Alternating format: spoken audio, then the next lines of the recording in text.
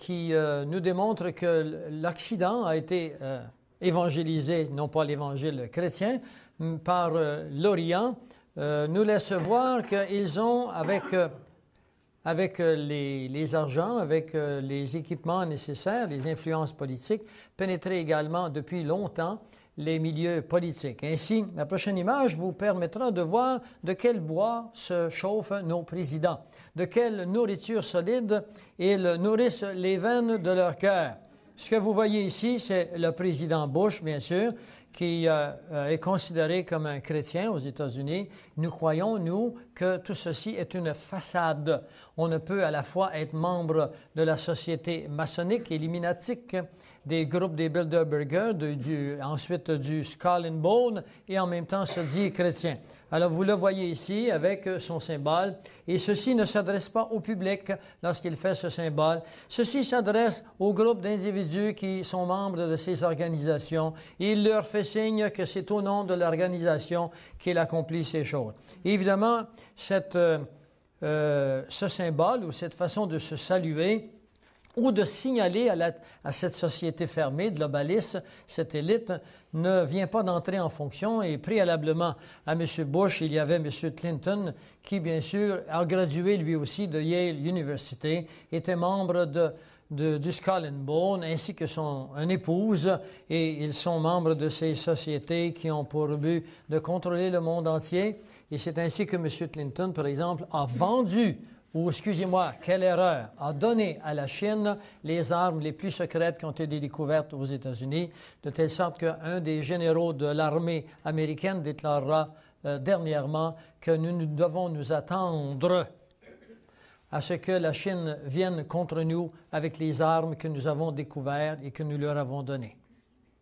Et c'est un fait non seulement dans les livres ou dans une parole quelconque d'un général des armées américaines, mais c'est un fait également dans les prophéties. 22e, répandre les cultes religieux, tels que la fraternité islamique. Vous savez qu'au Québec, il y a de plus en plus de Québécois qui s'en vont vers l'islam. Vous leur demandez pourquoi, eh bien, ils sont à la recherche d'une croyance quelconque.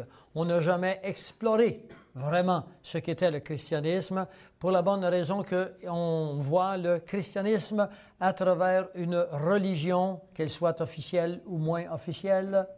Le christianisme n'a rien à voir avec des religions. La religion est une organisation d'hommes, le christianisme est une relation personnelle avec Christ en tant que Dieu incarné. Ensuite, on répand les cultes du fondamentalisme islamique, les cycles, créer d'autres types d'expériences, comme l'expérience de Jim Jones. Vous connaissez ce soi-disant pasteur, qui est un faux pasteur, qui a entraîné avec lui la mort de 800 personnes.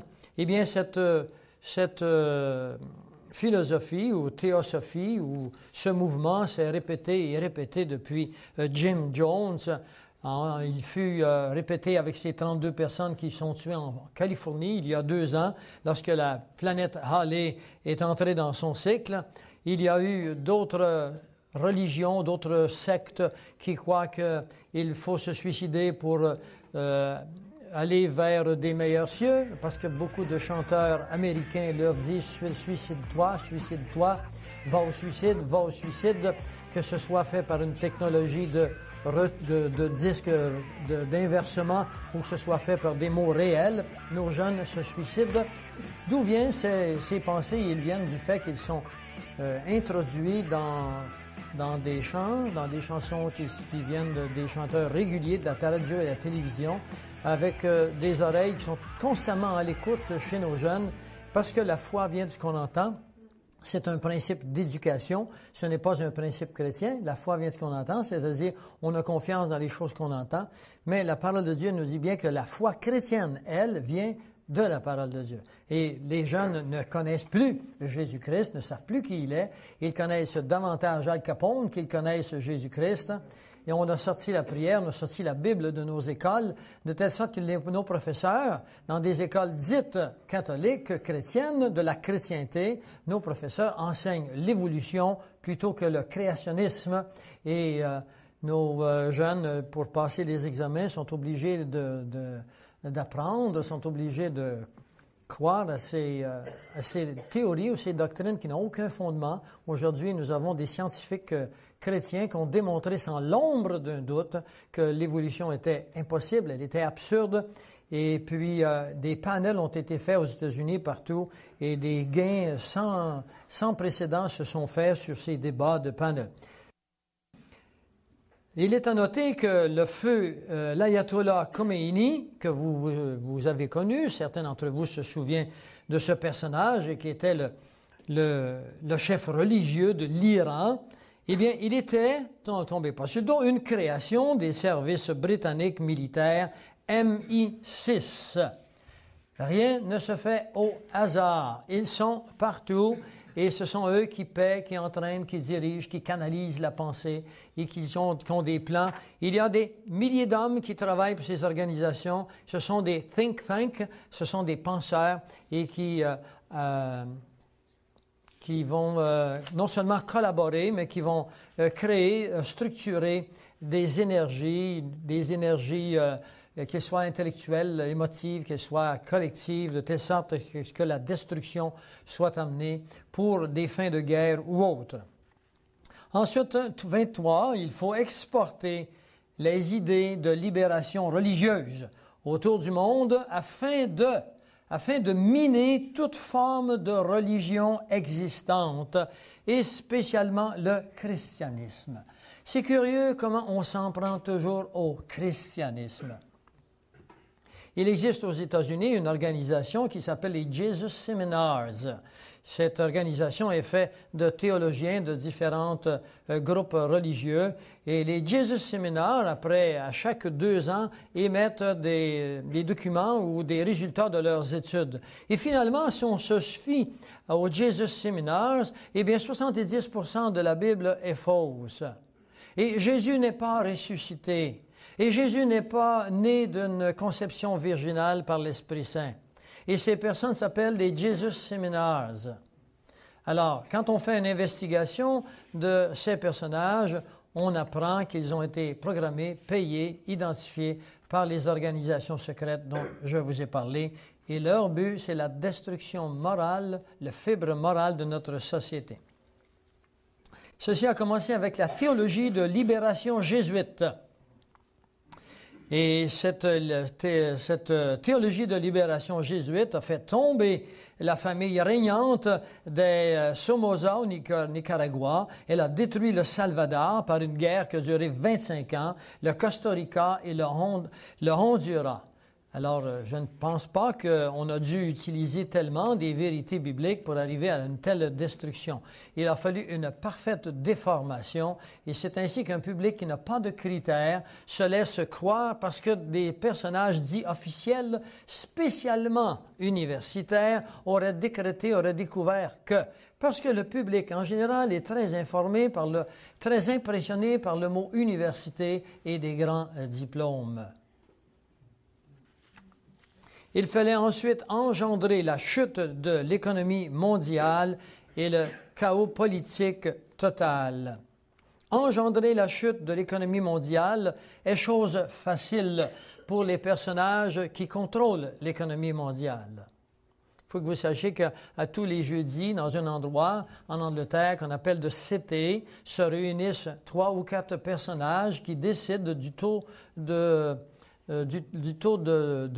l'once d'or. Ils le décident arbitrairement parce qu'ils peuvent ainsi faire des transferts et obtenir des immenses intérêts sur des argents qu'on échange, qui perdent leur valeur. On peut acheter des terrains. Si, par exemple, le dollar américain vaut 40% plus que le dollar canadien, vous devez comprendre qu'il est facile aux Américains de venir nous acheter.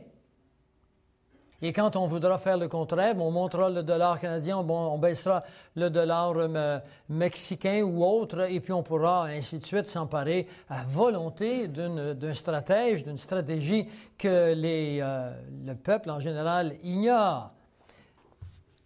Et puis, bien, durant ce temps-là, on travaille, on sue, on se casse la tête, on s'angoisse, on en fait des dépressions pour essayer de joindre les deux bouts aux fins de semaine alors que l'argent est créé à partir de rien, sujet sur lequel je ne veux pas toucher ce soir, mais il me vient souvent à l'esprit parce que c'est une des plus grandes fraudes avec l'institutionnalisation du christianisme dans notre société. Engendrer la chute de l'économie et le chaos politique total, ceci a été programmé déjà il y a un siècle, et puis la Première Guerre mondiale devait mettre en valeur, devait se débarrasser des tsars de Russie. La Deuxième Guerre mondiale avait un autre but, entre le communisme et le capitalisme.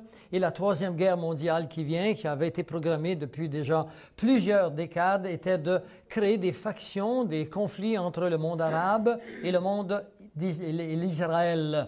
Alors, vous voyez que tout s'accomplit sur nos yeux et le tout va maintenant se continuer puisque nous verrons dans un instant comment tout ceci a été prophétisé. Les prophéties n'ont jamais manqué leur coup, elles se réalisent à la lettre. 25. Prendre contrôle de toutes les politiques domestiques et étrangères des États-Unis. Prendre contrôle des politiques domestiques et étrangères des États-Unis. Ceci est fait par le Conseil des relations étrangères, Foreign Affairs. Vous avez ici leur journal officiel. Et de cette façon, on va désindustrialiser les États-Unis aux dépens des pays qui sont dépendants, des pays qui gagnent 25 sous, 50 sous de l'heure. Et puis, on va appauvrir le peuple américain. Déjà, des organismes y travaillent depuis 1950, des organismes que les contrôleurs administratifs d'un pays ne peuvent contrôler parce qu'on n'a pas le droit d'y aller. Les comptables du Canada n'ont pas le droit d'aller contrôler la Banque du Canada. Tout se passe en secret, c'est complètement fermé. Pourtant, on ne se gêne pas quand on va vous voir chez vous. On rouvre les murs s'il le faut pour aller voir si vous cachez de l'argent quelque part. Mais eux, les contrôleurs officiels n'ont pas le droit d'aller voir ce qui se passe dans leurs livres.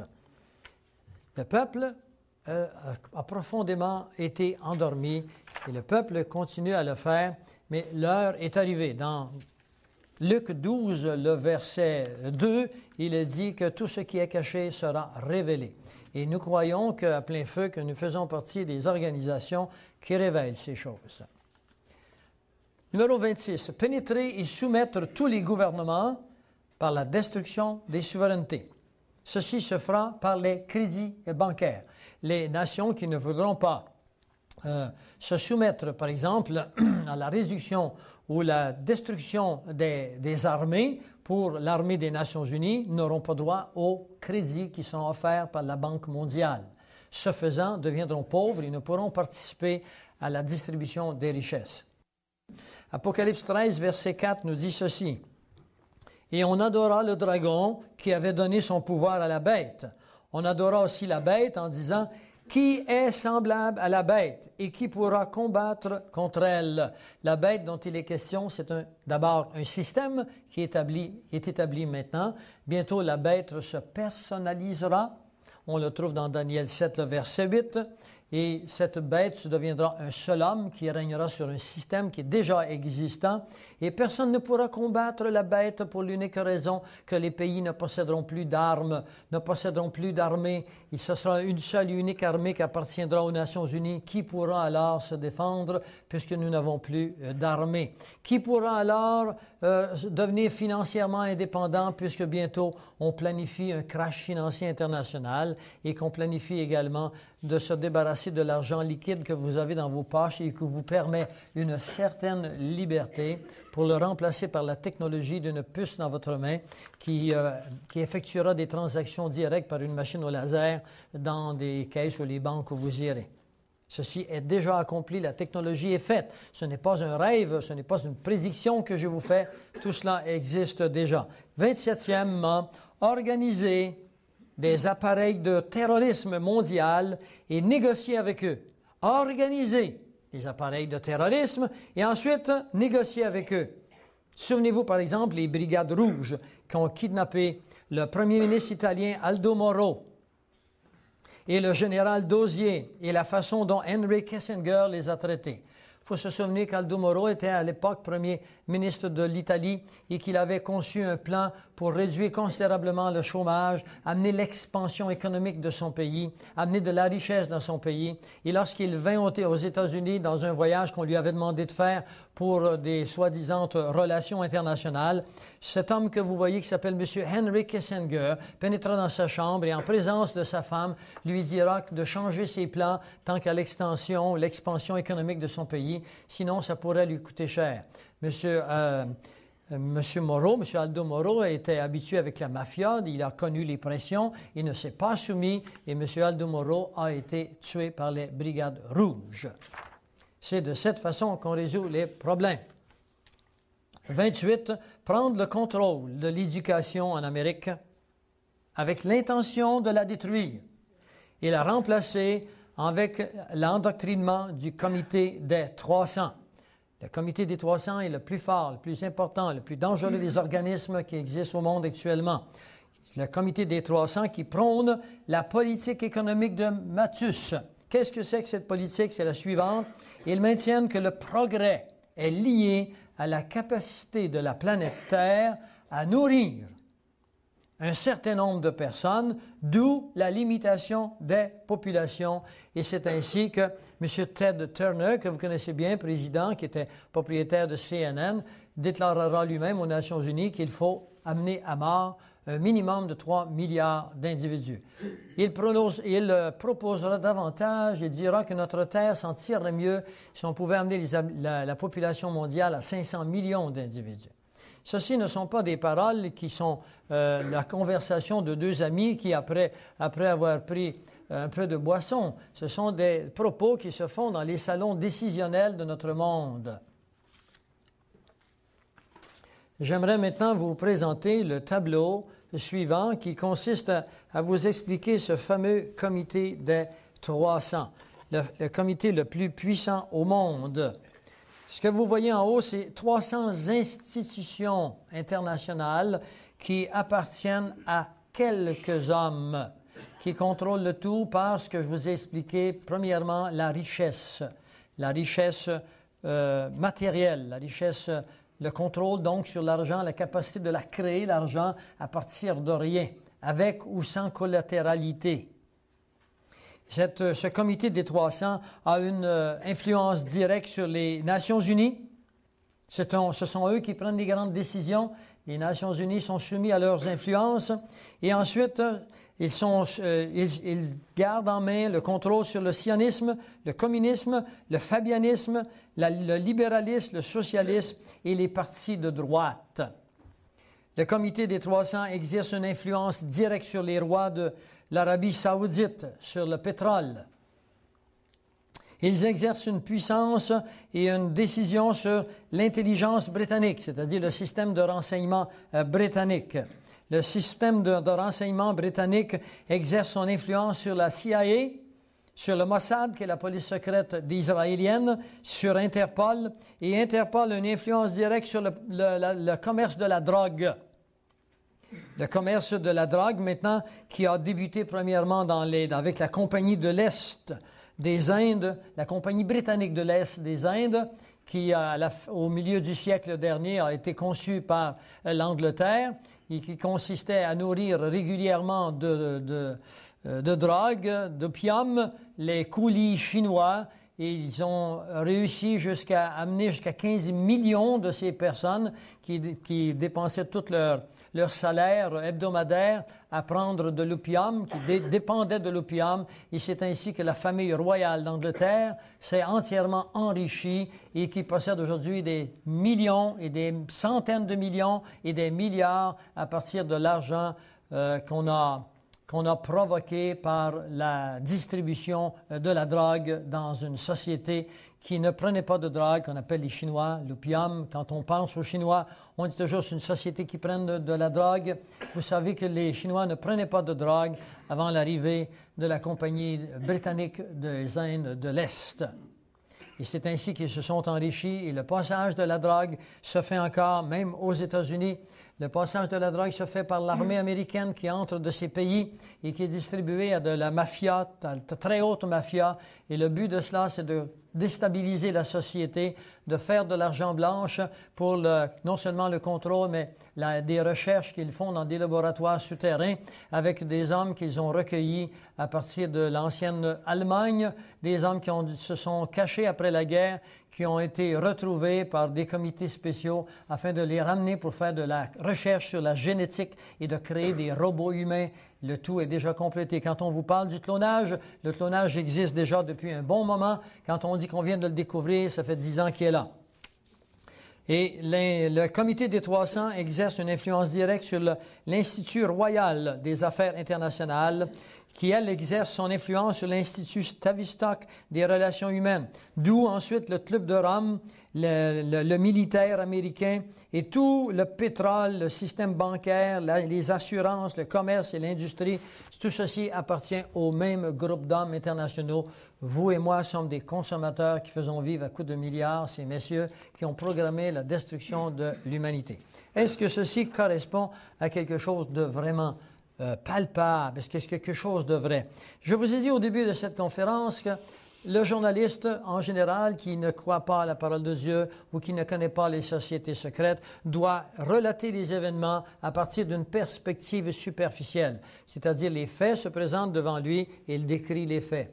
Lorsqu'on a la notion des sociétés secrètes, on peut pénétrer davantage et savoir que ce qui est arrivé ne correspond pas vraiment à ce qui est apparent sous nos yeux, mais correspond à un plan qui est caché derrière quelqu'un. Ce sont les sociétés secrètes qui sont les récipiendaires de cette première notion. La deuxième notion, c'est est-ce que la parole de Dieu est vraie? Est-ce que la Bible, c'est quelque chose de vrai? Est-ce qu'on peut s'y fier? Alors, je voudrais vous présenter maintenant la cohérence prophétique des événements qui arrivent dans notre monde maintenant. Est-ce que ces événements ont eu lieu vraiment en fonction de prophétie ou bien encore si ces événements prennent place sans qu'il y ait une cohérence quelconque avec des prédictions qui auraient été faites, soit par des laïcs ou bien soit par la parole de Dieu. En tant que croyant, en tant que chrétien et eschatologiste, je me dois de vous présenter des choses que je trouve extraordinaires, qui sont hors de ce monde. C'est le mot de le temps de le dire, qui sont hors de ce monde. Parce que Dieu nous a présenté les choses qui allaient arriver jusqu'à la fin des temps, jusqu'à son retour. Notre ministère est un ministère qui met en évidence les signes du retour physique de Jésus. Vous devez comprendre que si Jésus ne revenait pas, il y a 40 000 missiles qui sont prêts à partir en Ukraine, il y en a 15 000 sur l'Amérique du Nord. Dans peu de temps, la Terre exploserait. Déjà, Nikola Tesla, en 1942, nous disait qu'il pouvait, avec la technologie des champs électromagnétiques, qu'il pouvait fractionner la Terre en deux. On est arrivé à ce stage-là. Alors, il fallait que quelqu'un vienne, un sauveur, non seulement un sauveur qui vienne sauver l'homme, qui vienne sauver notre vie éternelle, parce que tout homme est perdu dès qu'il arrive au monde, il est race d'Adam, il doit devenir membre de la race du nouvel Adam, c'est-à-dire de Jésus-Christ, mais il vient également sauver cette planète qui serait bien sûr détruite non seulement par pollution, mais par fission nucléaire. Le prophète Osée, il y a déjà plus de 500 ans avant Jésus-Christ, a osé nous dire des choses sur notre monde maintenant. Il nous dit, mon peuple est détruit parce qu'il n'a pas la connaissance. Mon peuple est ignorant. Et c'est pour ça qu'il faut détruire la Bible. Il faut la changer même, faire de nouvelles Bibles, changer la signification des mots dedans pour la banaliser. Alors, à travers le prophète en question, Dieu dira, puisque tu as rejeté la connaissance de Dieu, je te rejetterai, afin que tu n'exerces plus devant moi le sacerdoce. Il parlait évidemment ici au peuple juif. Mais maintenant, il parle à nous. Puisque tu as oublié la loi de ton Dieu, eh bien moi aussi, j'oublierai tes enfants. Et toute l'histoire que je vous soustrais maintenant se résume en 2 mots. Le peuple hébreu a été dispersé à travers la planète depuis 2000 ans. Dans Luc 4, le verset 5 à 6, il nous est dit quelque chose qui nous amène à une profonde réflexion. Pourquoi y a-t-il autant de misère sur notre planète? Pourquoi les hommes sont-ils aussi méchants? Pourquoi le cœur de l'homme est-il aussi instable? Et pourquoi est-ce que nous sommes vraiment à la fin d'une époque, à la fin des temps, à la fin du monde? Je vais vous dire que nous ne sommes pas à la fin du monde, si vous voulez, ça peut vous rassurer, mais nous sommes à la fin des temps. Ce n'est pas du tout la même chose, je l'expliquerai en détail un peu plus tard. Dans Luc 4, le verset 5 et 6 nous donne l'énigme, la solution, pourquoi y a-t-il des guerres, pourquoi les hommes se détruisent. Le diable, l'ayant élevé, lui montra en un instant tous les royaumes de la terre, et lui dit, je te donnerai cette puissance, et je te donnerai la gloire de ces royaumes. C'est le diable qui parle à Christ, qui est après jeûner sur la montagne de la tentation, qui est près de Megiddo. Je suis allé sur cette montagne. Car, dit-il, cette puissance, elle m'a été donnée, et je la donne à qui je veux.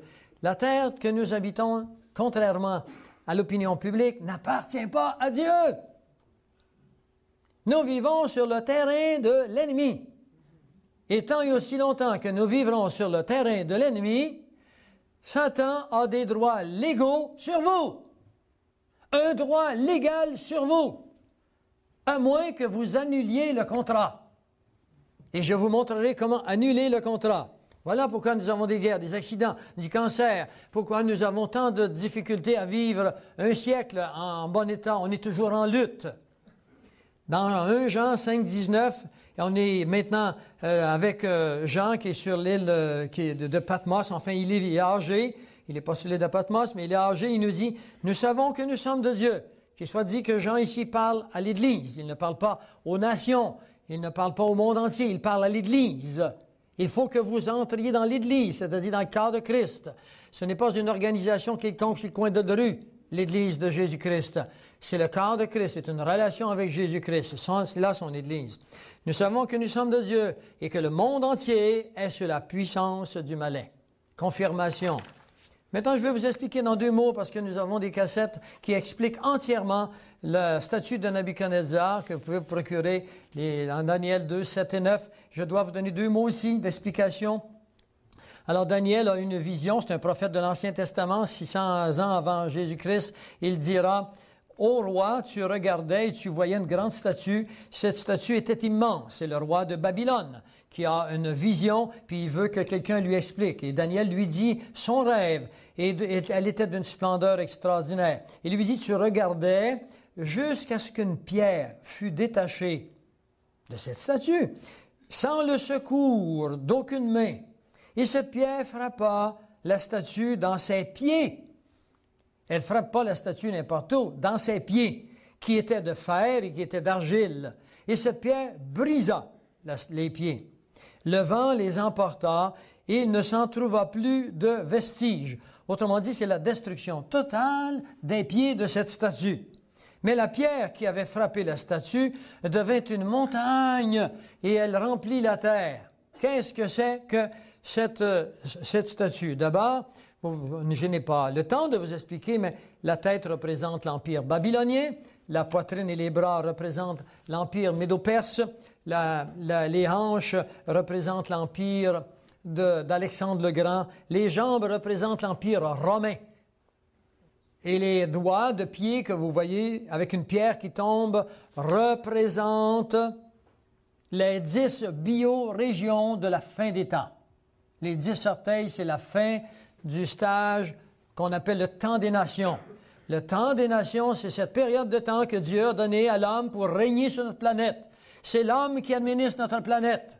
Et l'homme a manqué son coup au cours des siècles, au cours des millénaires. Les hommes ont été malheureux, les hommes se sont entretués. Il n'y a jamais eu de paix sur notre planète. Les historiens vous diront que le plus grand nombre d'années où il y a eu qui a été sans guerre sur notre planète depuis 2 millénaires, c'est 40 ans. Il y a toujours eu des guerres quelque part. Alors, dans la prochaine photo, il me parle ici, et c'est Daniel qui parle de l'ange qui lui dit, le 4e animal, c'est un 4e royaume qui existera. Donc, au moment où Daniel le reçoit, il est au futur sur la terre. Ce royaume sera différent de tous les royaumes et qui dévorera toute la terre et la foulera et la brisera. Ce que je vais mettre en évidence, c'est d'abord qu'il foulera toute la terre. Au 17e siècle, on n'avait pas la technologie pour s'emparer de toute la terre et la structurer. Maintenant, on l'a. L'Internet, là, les ordinateurs sont là, la technologie, là, les avions sont là. Tout peut être contrôlé sur toute la planète Terre. Et regardez ce que les sociétés secrètes nous annoncent. World Citizenship, ça veut dire citoyen du monde entier. C'est maintenant le temps. Nous sommes entrés dans la dernière phase du temps de l'humanité. Comment est-ce qu'on va s'y prendre? Comment est-ce qu'on va exercer cette domination sur la planète? Premièrement, par les religions. Les religions vont bientôt s'unir. Ils sont en train de s'unir. Et en s'unissant, ils vont faire une puissance, une force qui n'a jamais existé. Mais ces religions ne sont pas chrétiennes.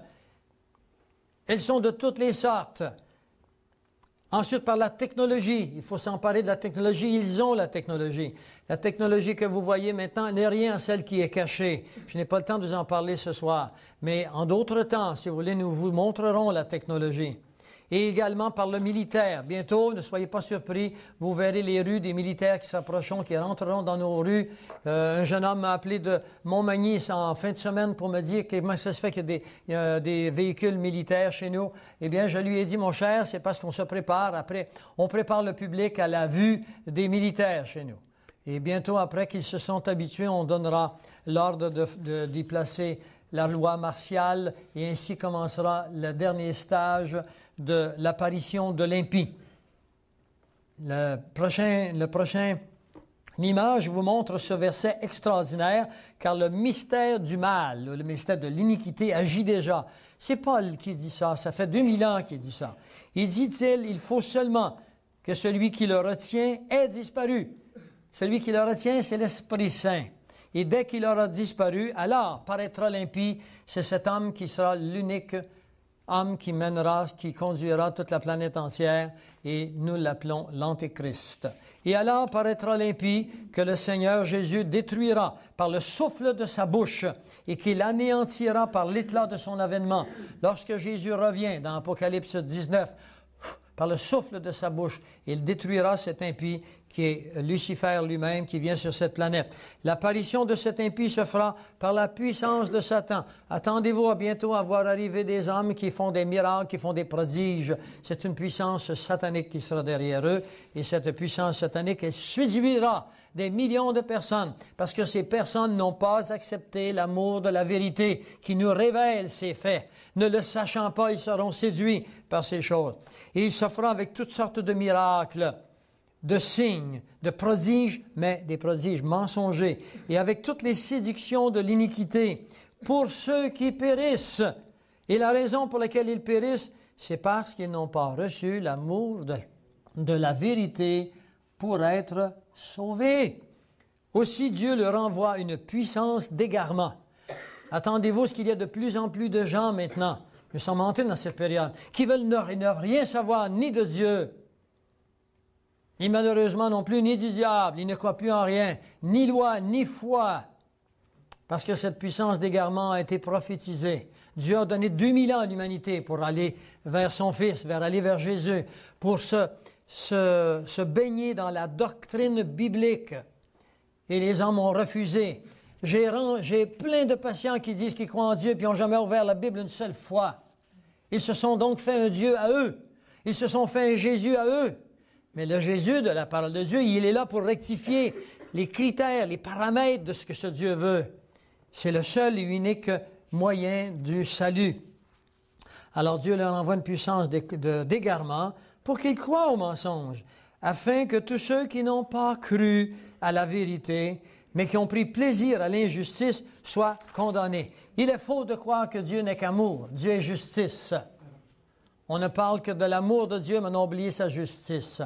Vous devez vous approcher de la justice de Dieu. Je vais vous le montrer dans un instant. Maintenant, si vous êtes là pour une première fois ici ce soir et que vous êtes un peu désolé, vous êtes triste parce que vous voyez ce qui s'en vient, est-ce que nous avons de l'espérance pour un meilleur monde? Mes amis, je vous en prie, ne vous découragez pas. Si je n'avais pas une bonne nouvelle, je ne vous conterai pas ce qui vient. Mais je veux que vous sachiez ce qui vient, afin que vous sachiez qu'en même temps que ces choses viennent, une bonne nouvelle est annoncée. Dans Acte 3, les versets 20 à 21, afin que des temps de rafraîchissement viennent de la part du Seigneur et qu'il vous envoie celui qui vous a été annoncé auparavant, le Christ Jésus, que le ciel doit recevoir jusqu'au temps de rétablissement de toutes choses.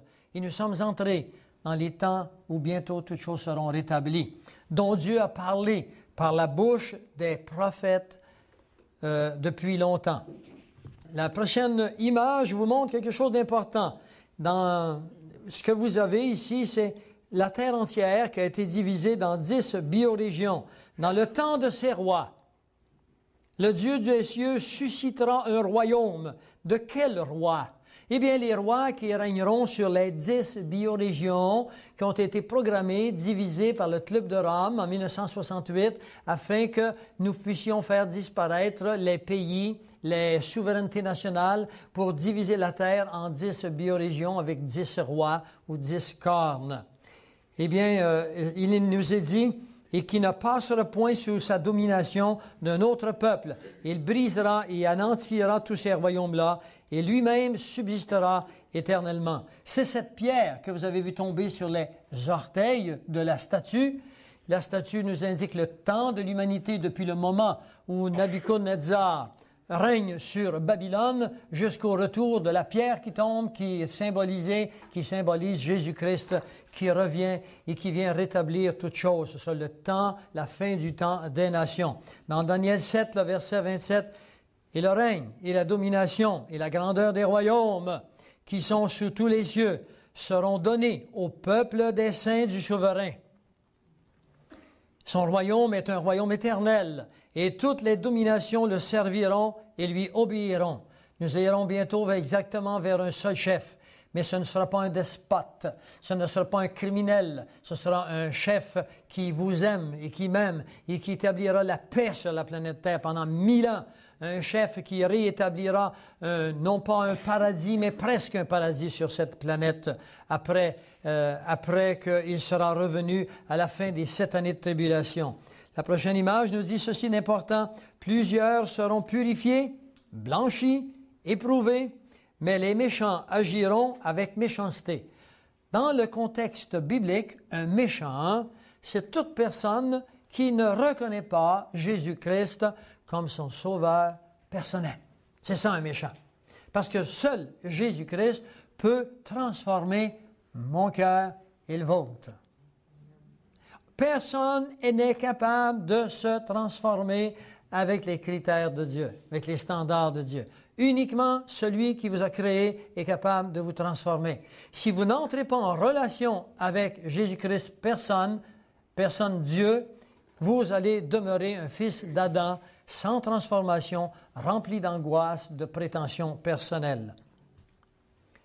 Et dans Daniel 12, 10, qui est donc cette pierre qui tombe sur les 10 biorégions, telle qu'on le voit maintenant avec cette statue qu'on trouve dans Daniel 2, eh bien, qui tombe sur les 10 biorégions.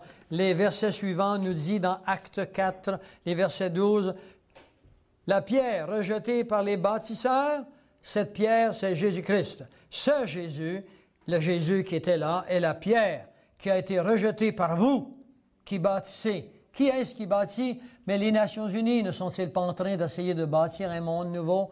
Qu'est-ce qu'ils ont fait de Jésus-Christ? Ils l'ont mis au rencard. Parce que seul Christ connaît l'homme, et seul Christ peut sauver l'humanité. Mais ils l'ont mis au rencard. Et Dieu le savait dans son omniscience, son omniprésence. Il nous l'a prophétisé il y a 2000 ans par l'apôtre Paul, par les apôtres qui étaient là. Il nous dit, c'est bien, il n'y a de salut dans aucun autre, car sous le ciel, il n'y a aucun autre nom qui ait été donné aux hommes par lequel nous devions être sauvés.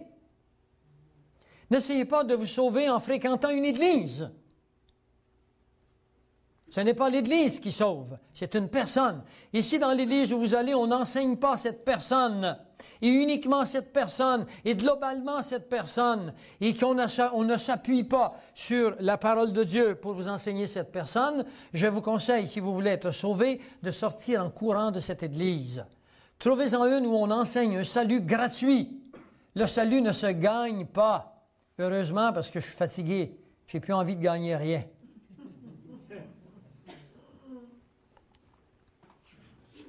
Qu'est-ce qui a fait que nous sommes perdus, que nous sommes pécheurs, que nous avons besoin d'un sauveur?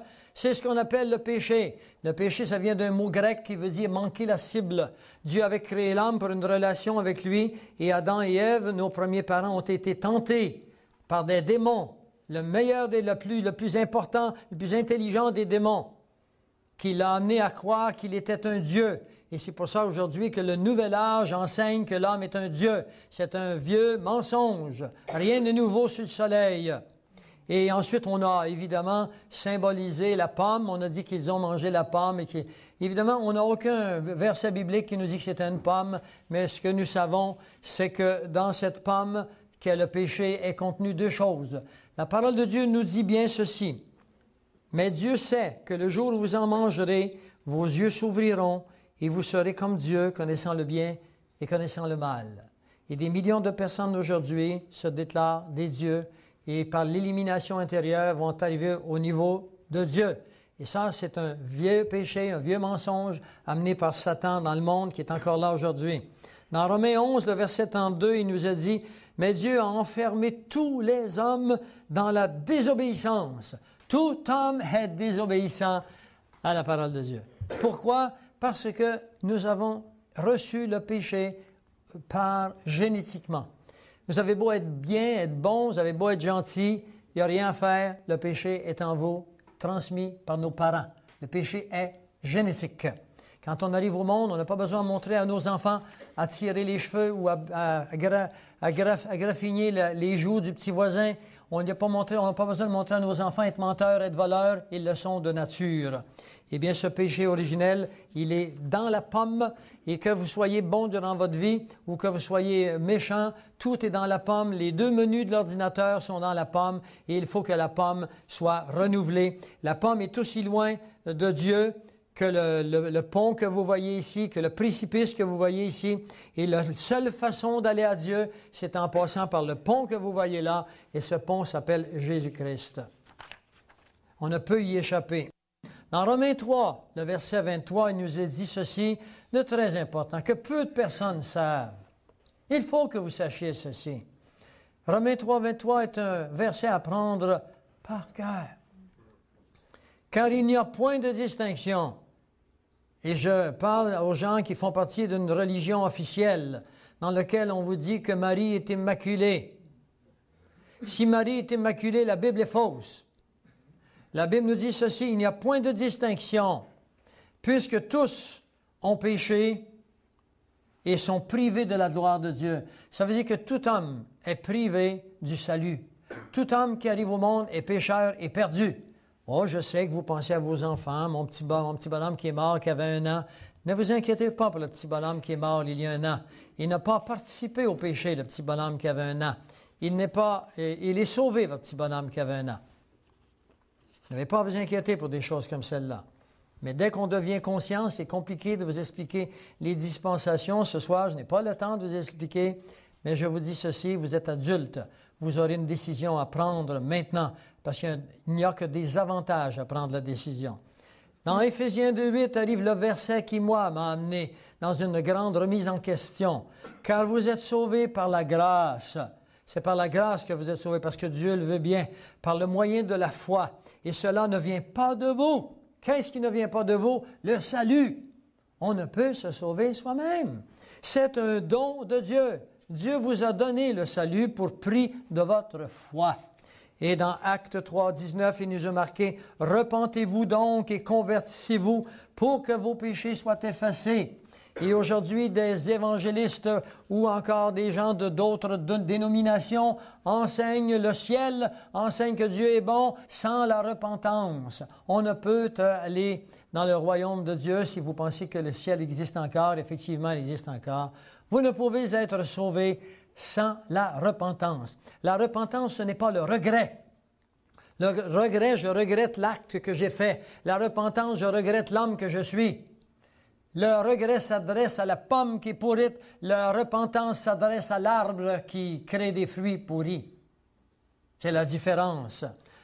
Il faut qu'aller devant le Seigneur, lui demander pardon de vos fautes et il vous acceptera en tant que né de nouveau. Vous devez naître de nouveau. L'espérance du croyant de la fin du temps de la grâce, parce que le temps de la grâce est là depuis que Jésus a payé le coût pour vos péchés. Le coût pour vos péchés a été payé sur la croix quand Jésus a dit « Tout est accompli ». La loi était accomplie. Elle n'est pas finie, la loi, mais elle est accomplie en Jésus-Christ. Il faut que vous alliez à Christ et c'est lui qui est le Sauveur.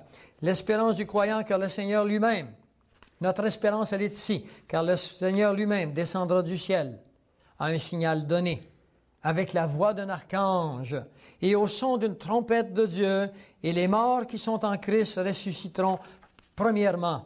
Et nous ensuite, les vivants, nous qui serons restés, nous serons enlevés avec eux sur des nuées à la rencontre du Seigneur dans les airs, et ainsi nous serons toujours avec le Seigneur. Mes amis, c'est ma plus grande espérance. C'est ce qu'on appelle l'enlèvement de l'Église. Si vous acceptez Christ aujourd'hui dans vos vies, si vous acceptez que vous êtes pécheurs et perdus et que vous avez besoin d'un sauveur qui s'appelle Jésus-Christ et que vous voulez vous conformer à ses standards, il faut que vous appreniez, il faut que vous suiviez Jésus. Il va placer à l'intérieur de vous ce besoin de le connaître. C'est une personne, ce n'est pas un système, ce n'est pas une énergie, ce n'est pas une religion, c'est une personne, c'est lui qui vous a créé. Mais on est aveugle à cause du péché de nos premiers parents, transmis génétiquement. Ce Jésus, bientôt, va nous enlever de terre avant l'arrivée du système de l'Antéchrist. Et voilà maintenant pour les prophéties qui viennent nous situer dans le temps. Ces prophéties se réalisent sur nos yeux maintenant. Voilà, terminé.